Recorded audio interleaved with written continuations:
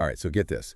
Picture a seemingly average guy, right? Like nicknamed Mild Bill by his colleagues, a by-the-book LAPD officer. Now imagine, this same guy is secretly leading a double life, Oh, wow. running a yacht theft ring, No. and he's implicated in multiple murders for hire. Wow. Okay. That's the story we're diving into today. The chilling case of William Leasure. What's truly captivating about this case is how Leasure was able to construct and maintain this facade of normalcy for so long. Yeah. We're going to explore his life from his childhood all the way through his conviction and current bid for parole to try and unpack just how Mild Bill became a criminal mastermind. It all started in Wayne, Michigan, Okay. a seemingly typical American town. Yeah. But get this, with a surprisingly high crime rate. Oh, really? Yeah. Leasure himself described his childhood as a beaver cleaver upbringing, a stark contrast to the life he would ultimately lead. And it's not as if there were any obvious red flags in his early life, right? I mean, he served in the Marines, Right. even saw action in Vietnam where he received firearms training, skills that would, rather disturbingly, play a role in his later criminal activity. Yeah, talk about foreshadowing. You have this seemingly average guy, develops this deadly skill set, and then later, boom, he's using it for all the wrong reasons. Right. It's almost as if those combat experiences planted a seed, a sense of being comfortable operating outside the lines. That's an interesting point, and that's something criminologists might consider when looking at the trajectories of individuals who go on to commit violent crimes. Yeah. Was there something about Leisure's time in Vietnam that desensitized him to violence? Yeah, It's a question worth exploring. absolutely. And then comes his career in the LAPD's Central Traffic Division. The irony here is almost too much to handle. Here's Mild Bill, known for lecturing traffic violators rather than ticketing them, even boasting about never drawing his weapon on duty. Oh, wow. All the while he's living this double life, orchestrating increasingly audacious criminal schemes. It's a textbook example of compartmentalization. He was able to completely separate his criminal life from his professional persona, even going so far as to cultivate an image that was the antithesis of his true nature. And this duplicity extended to his personal life as well. Right. On the one hand, you have this seemingly respectable marriage to Betsy Mogul, Right. a successful attorney prosecuting criminals for the city of Los Angeles. Talk about a contrast. Talk about a contrast, right? But then there's the secret girlfriend, Ow. the one who gets pregnant, not once, but twice during their affair. Wow. It really makes you question how much we can ever truly know about the people in our lives. Yeah. Leasure was clearly skilled at deception and manipulation, weaving this intricate web of lies to keep his two worlds from colliding. And it all started to unravel when Leasure was nearing retirement. Imagine that, you're on the verge of leaving your career as a cop, and then, boom, you get busted for being the brains behind a sophisticated yacht theft operation. And it wasn't just a petty theft ring. Right. Leasure and his associates were stealing these luxury yachts, forging documents to create new identities for the vessels, then selling them for a huge profit. Oh, wow. He used his knowledge of law enforcement procedures to stay one step ahead of the authorities for years. It really is a testament to his criminal ingenuity. He was meticulous, calculated, and always thinking several moves ahead. But as we know, even the best laid plans can go awry. The case takes a dramatic turn with Leisure's arrest. Right. He and his crew went to the Richmond Marina to sell a stolen yacht to what they thought was a private buyer. Okay. But their supposed buyer grew suspicious, contacted the police, and Leasure was caught red-handed. Talk about a sting operation worthy of a Hollywood movie, right? Right. And the surprises didn't stop there. When authorities searched his property, they uncovered a trove of stolen goods. Vehicles, electronics, you name it. Wow. All tied to his criminal enterprises. It seems his entire criminal operation was about to come crashing down around him. Right. And to add insult to injury, his girlfriend, after discovering he was still married, decided to turn on him, providing incriminating financial evidence to the FBI. Ouch. Talk about adding fuel to the fire. Yep. But as shocking as the yacht theft ring was, it paled in comparison to what investigators would uncover next.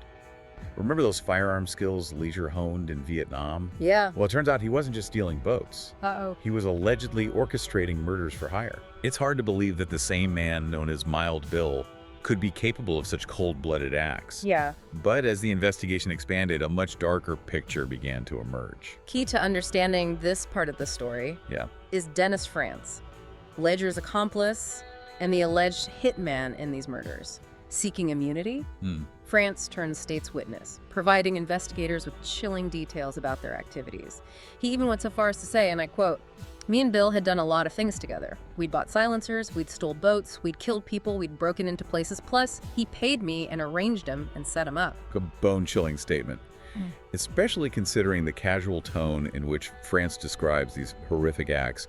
And the victims weren't random targets. Right. There was a pattern, a connection back to Leasure's personal life that makes this whole thing even more sinister. That's one of the most disturbing aspects of this case, the calculated nature of these alleged crimes.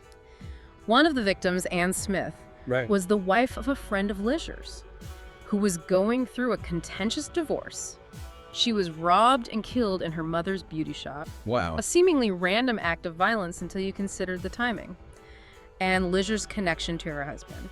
It's like something straight out of a crime novel, but with real-life consequences that are impossible to ignore. And then there's Tony de los Reyes, a bassist, who was married to another woman in Leisure's circle of friends. He was shot and killed in a parking lot, again, seemingly out of the blue. Both victims were connected to individuals Leasure knew personally, individuals who were embroiled in bitter disputes. Right. It certainly raises questions about Leasure's motivations. Was he acting out of some misplaced sense of loyalty to his friends? Or was it something more sinister, a way to exert power and control over those around him? It's a question that has haunted investigators and the public alike for decades. And despite the mounting evidence against him, Leasure remained defiant, Yeah. refusing to admit any wrongdoing. He even claimed that he couldn't possibly be a criminal because he was, and I quote, "the nicest, quietest, mildest guy you'll ever want to meet." That statement in itself is almost as chilling as the crimes themselves. I know, right? It speaks to a level of delusion, a complete disconnect from reality that is both fascinating and disturbing. It's almost as if he truly believed his own lies, Yeah. as if he had successfully compartmentalized his actions to the point where he could no longer acknowledge the darkness within himself. That kind of psychological disconnect is often seen in individuals who commit violent crimes. They create a mental separation between their actions and their sense of self, allowing them to justify their behavior and maintain a semblance of normalcy. It's a coping mechanism, albeit a deeply flawed one. But back to the investigation. Faced with Leasure's denials, the LAPD assembled a dedicated task force to investigate him, even going so far as to call their office the Leasure Room. Imagine the sense of betrayal his fellow officers must have felt as the truth about Mild Bill unraveled. Right. Their colleague, the man they trusted to uphold the law, Right. was now the subject of an intense criminal investigation. It must have been a complete shock to their system. This wasn't some hardened criminal they were chasing. Right. This was one of their own. A man who had seamlessly integrated himself into their ranks while leading a secret life of crime. And all the while, Leasure maintained his facade of innocence, even going so far as to attribute his wealth, multiple properties, luxury cars, a 42-foot yacht named Thunderbolt, to his wife's income. Wow. It's astonishing how he managed to deflect suspicion for so long. The irony of the yacht's name Thunderbolt isn't lost on me. Right. It seems almost diametrically opposed to his Mild Bill persona. Exactly. It's like a giant neon sign pointing to his hidden life. But somehow, he managed to keep everyone fooled. Well, almost everyone.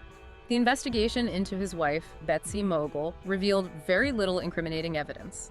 The only thing they found was a potential case of tax fraud, which she successfully defended herself against. It makes you wonder how much she knew about her husband's activities. Was she willfully ignorant, choosing to turn a blind eye to the truth? Or was she truly in the dark? Another victim of Leasure's manipulative nature. It's a question that may never be fully answered, but it adds another layer of complexity to this already fascinating case. Absolutely. And as the investigation progressed, the police grew increasingly determined to get a confession from Leasure. Right. They devised a plan to send his former accomplice, Dennis France, into a bugged jail cell, Okay. hoping to elicit incriminating statements. It was a classic tactic, straight out of a police procedural.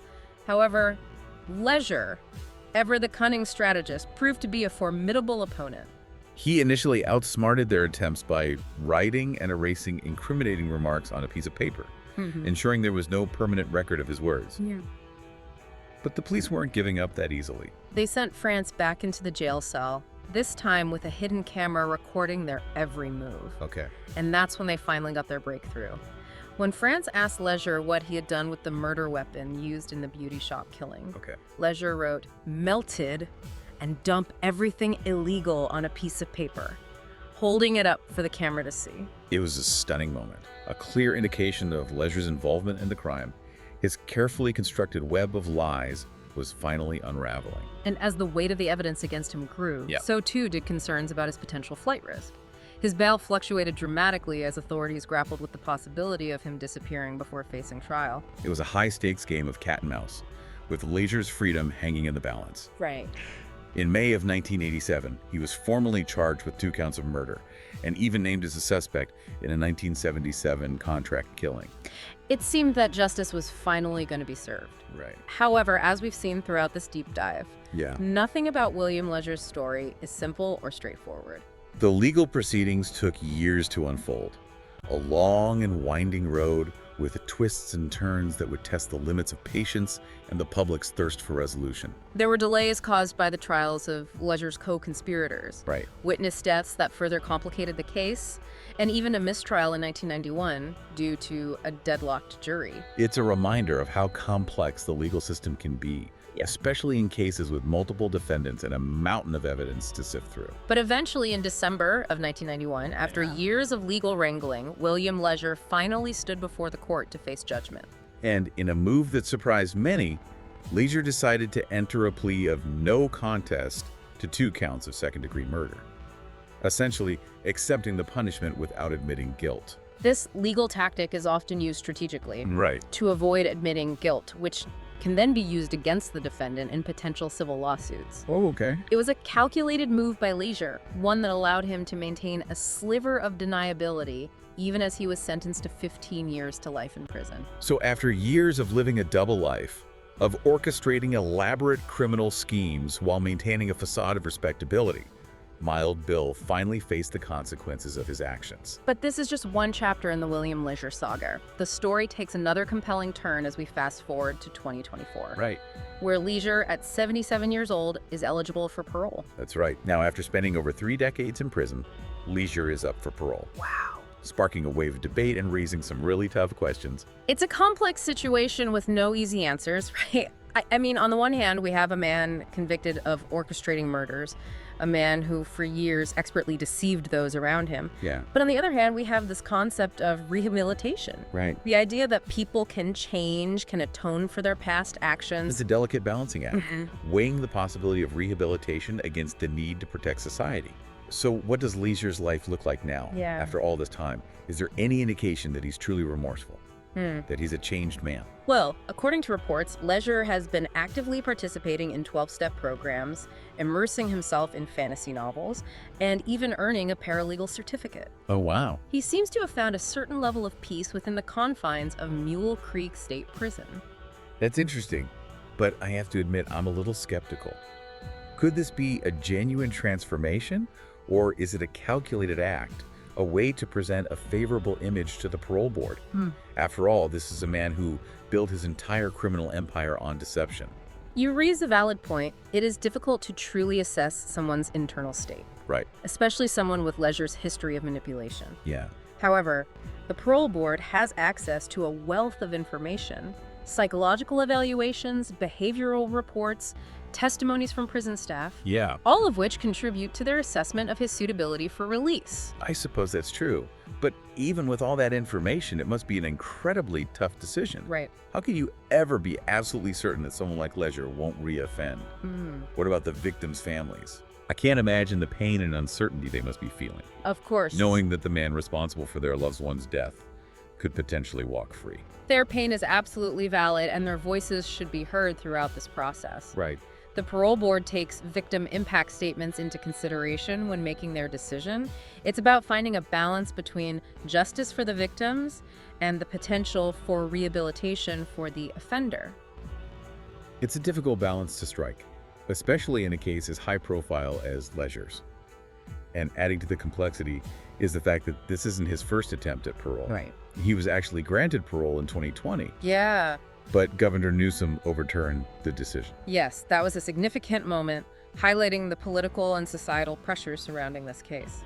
It also underscores the power the governor has in the parole process, serving as a final check on the parole board's recommendations.